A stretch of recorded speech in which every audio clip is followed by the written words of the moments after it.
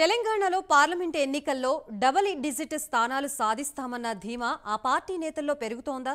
Survey రిపోర్టులు, party నేతల అంతర్గత సమాచారంతోనే వారిలో కాన్ఫిడెన్స్ పెరిగిందా? కమలనాథుల ధీమా వెనుకున్న ఆంతర్యం ఏంటి? ప్రధాని మోదీ వేవ్ తెలంగాణలోనూ ప్రభావం చూపిందా?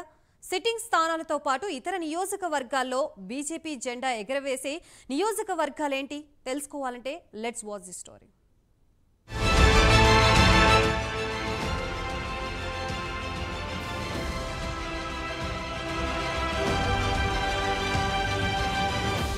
తెలంగాణలో పార్లమెంట్ ఎన్నికలు ముగిశాయి. కానీ ఇప్పుడు ప్రధాన రాజకీయ పార్టీల నేతలు ఎవ్వరి అంచనాలు వారు వేసుకుంటూ బిజీగా గడుపుతున్నారు.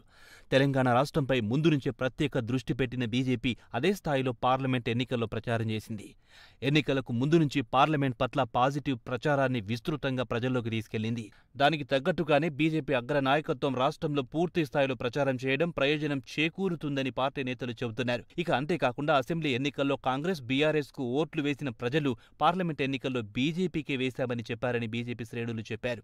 మరోవైపు హైదరాబాద్ చుట్టుపక్కల ప్రాంతాలు, ఇతర పట్టణ ప్రాంతాల్లోని మధ్యతరగతి, వ్యాపార వర్గాలు, ఉత్తరాది ఇతర ప్రాంతాలకు చెందిన ప్రజలు కమలం వైపు మొగ్గు చూపినట్లుగా తెలిసిందని బీజేపీ నేతలు తెలిపారు.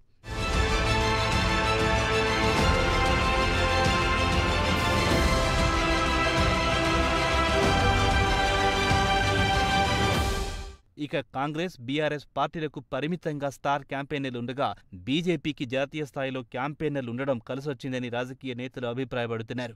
ప్రచారంలో జాతీయ, అంతర్జాతీయ అంశాలు, దేశ అభివృద్ధి, తెలంగాణ నుంచి అధిక సంఖ్యలో బీజేపీ ఎంపీలను గెలిపిస్తే కలిగే ప్రయోజనాలు వంటివి ప్రస్తావించడంతో మిగతా పార్టీలు బీజేపీకున్న తేడా స్పష్టంగా కనిపించిందని పార్టీ నేతలు చెబుతున్నారు. రాష్ట్ర వ్యాప్తంగా జరిగిన ఓటింగ్ సరళిని పరిశీలిస్తే బీజేపీ ప్రధాని మోదీ పట్ల వివిధ వర్గాల ఓటర్లలో స్పష్టమైన సానుకూలత కనిపించినట్టు పార్టీ నేతలు తెలిపారు. గ్రామీణ, పట్టణ ప్రాంతాలని తేడా లేకుండా మహిళలు, యువత పెద్ద సంఖ్యలో తమకే ఓట్లు వేశారని విశ్వాసాన్ని నేతలు వ్యక్తం చేస్తున్నారు.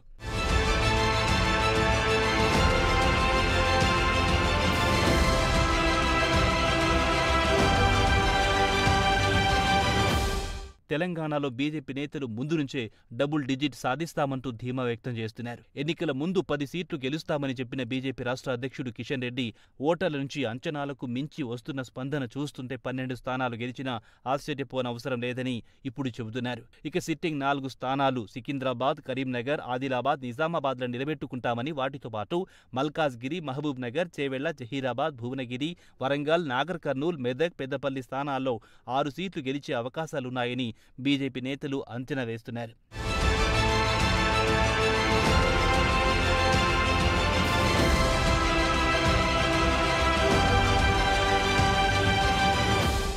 మరి పార్లమెంట్ ఎన్నికల ఫలితాల్లో బీజేపీ అంచనాలు నిలబెట్టుకుంటుందా? నిజంగా ప్రజలు బీజేపీ వైపు మొగ్గు చూపారా? తెలంగాణలో బీజేపీ నిజంగా డబుల్ డిజిట్ సాధించి చరిత్ర సృష్టిస్తుందా? అనుకున్న దానికన్నా ఎక్కువ సీట్లు కైవసం చేసుకుంటామంటున్న బీజేపీ నేతల మాటలు ఎంతవరకు నిజమవుతాయో తెలియాలంటే జూన్ 4 వరకు వేచి చూడాల్సిందే.